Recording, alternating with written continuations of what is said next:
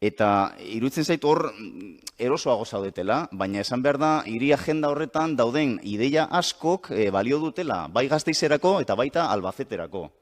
Orduan, garapen iraunkorreko helburuak oso ondo daude, baina guri gehiago inporta zaigu Araba, Bizkaia eta Gipuzkoako lurralde erronka zehatzetaz hitz egitea.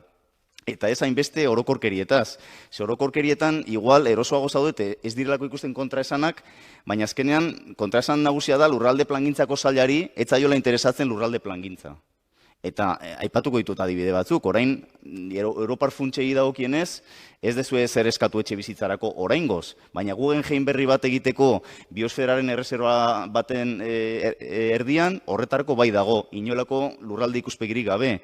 Araban, oraindik ez daukagu berriztagarrien lurralde plan sektorial hori, baina ja 5 parke eoliko egiten saiatzen ari zarete.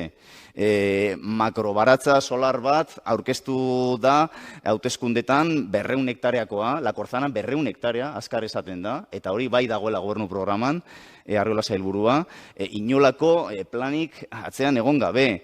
Ze lurralde planean agertzen da tuestako hidroponikoen Macron egutegia?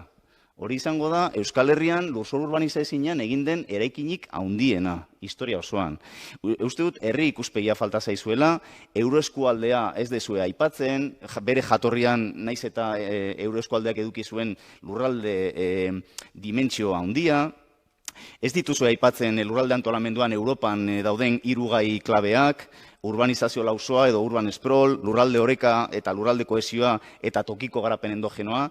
Eta ja amaitzen dut, eskatzen dizuegu mesedez lurraldea antolatu ezazue ikuspegi orokorrarekin. Zeren, zuek ez baduzue antolatzen, badakigu nortzuk antolatuko duten, multinazional handiek, energetikoak, logistikakoak, putrefuntsak eta abar.